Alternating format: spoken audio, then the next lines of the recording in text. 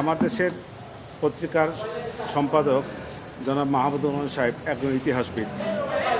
একজন ইতিহাসবিদ হিসাবে উনি এই পুরো জবানবন্দিটা একটি ইতিহাসের মতো করে বর্ণনা করেছেন।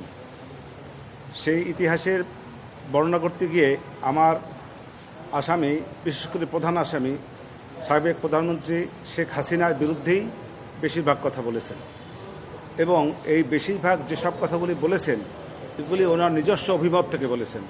আমি সেই প্রত্যেকটা কথারই আমি ডিনায়াল নিয়েছি। উনি অস্বীকার, আমি বলেছি যে আপনি যে বক্তব্যগুলো দিয়েছেন এই বক্তব্যগুলো সঠিক নয়।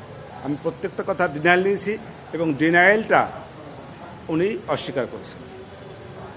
এছাড়া উনি তো কোনো কিছু দেখেন নাই, উনি উপস্থিত ছিলেন না, ফলে উনি দেখা সাক্ষী না, উপস্থিত সাক্ষীও না।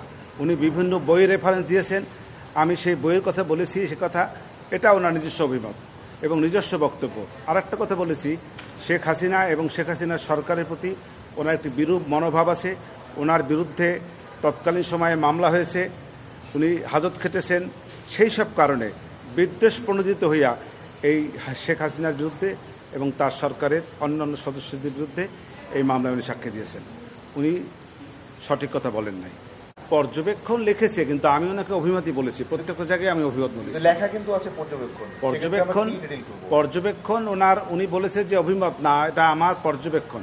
তো ওনার ব্যক্তিগত পর্যবেক্ষণ কোনো একজন ব্যক্তির ব্যক্তিগত পর্যবেক্ষণ, সেটি তো মানে বিচারের বেলায় প্রযোজ্য হবে না।